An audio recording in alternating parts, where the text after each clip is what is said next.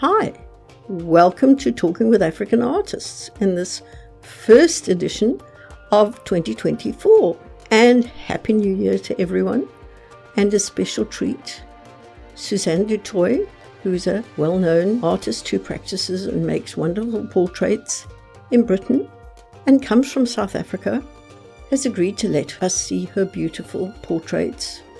And she's going to talk to you herself about her practice, her portraits, and she's just published something rather wonderful about women writers, which you will see.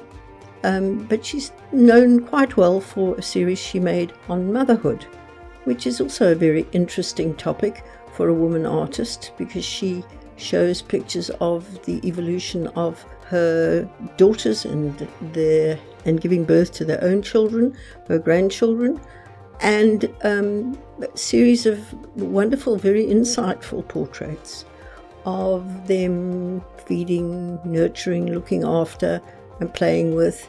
And as these children grow up, you see these series of motherhood paintings evolve. But the insight that she brings to it is very special, and in some ways, I think, influenced by her South African background. She did a first fine art degree at Pretoria University and then went to Massachusetts College of Art to do a master's degree. And from there, she moved to a house where she lives in England and where she currently practices.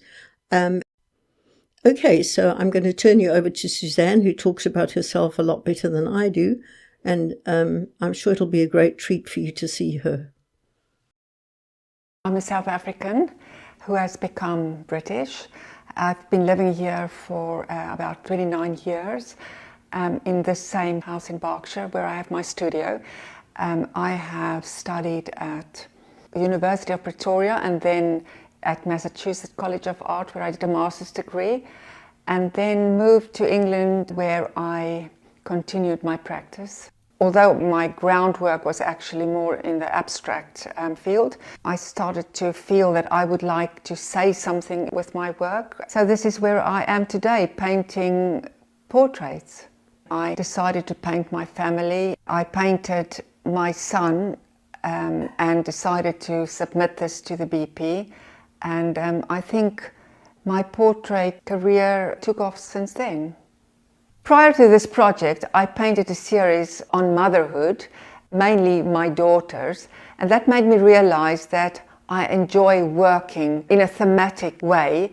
So painting a group of women who I do not know was a challenge I was looking forward to. The aim of this project was a record of female collaboration to celebrate women who need to be seen. The project has taken me about 2 years from initial planning to the last portrait I've painted. Henrietta and myself decided we would like to do a collaboration together. This was shortly after I had the commission by the National Portrait Gallery to paint Janette Winterson. It was really an amazing and enjoyable experience, and it made me realize how compelling writers are. So we decided that would be a good project to paint female authors.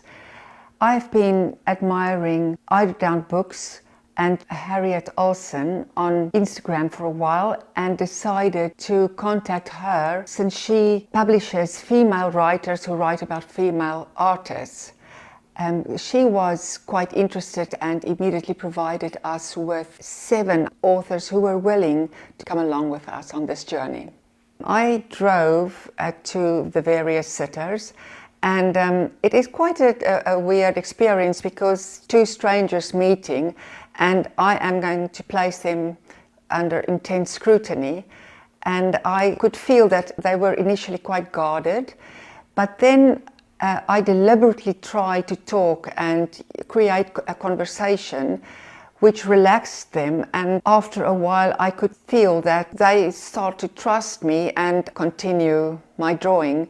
Doing this, I got to know them, and I got to know a lot about myself. I got to know a lot about interacting with people, and I got to know a lot about life. So when I arrived, I was often impressed with their preparation for this process, the way they dressed, how I could see some of them really considered what they were wearing and how they would assume a pose and where the pose should take place. I was grateful for how they helped to make this portrait a success by really giving themselves. So I never tried to direct how they should sit. Not one of them asked me how should I sit. They just knew.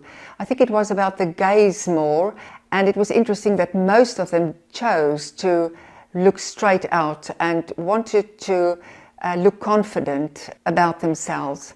The symbolism, or the symbol each one brought, was really very interesting. Harriet, who has the publishing house, which is called Eiderdown Books, I just placed a little white feather next to her to symbolize a talented woman who's been hidden like little feathers in a duvet. And I thought that was quite appropriate for her. Dreda chose to include her peacock wicker chair. She said this was something she bought when she was a student and carried it home herself. Laura was wearing this beautiful dress her mother made, but she was also wearing a golden pendant, which she mentioned was given to her by her partner as a symbol of motherhood. I asked the writers if they would like to write something about their experience being the subject of the portrait, and I was just touched by the amazing writing that they returned.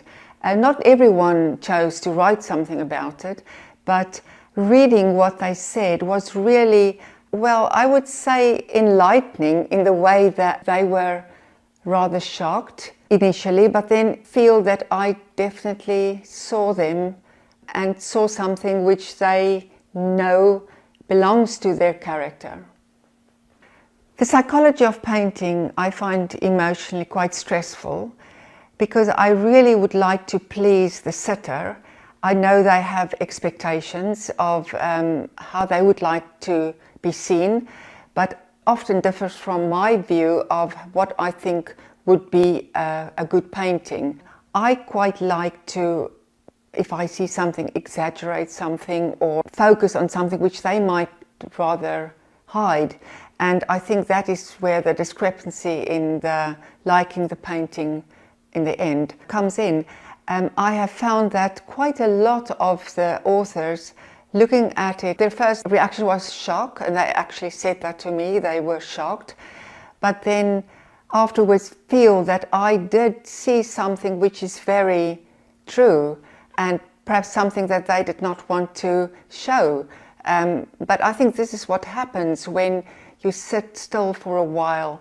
When you observe someone, they sink into a kind of pose which they're not aware of. And I think that's when the real person manifests itself. After about the fifth visit to the fifth author, I realized, reading back in my journal, because I wrote about my experience every day, that there is more to this project than just the paintings, that I should write about it because everyone was different and everyone had a story to tell.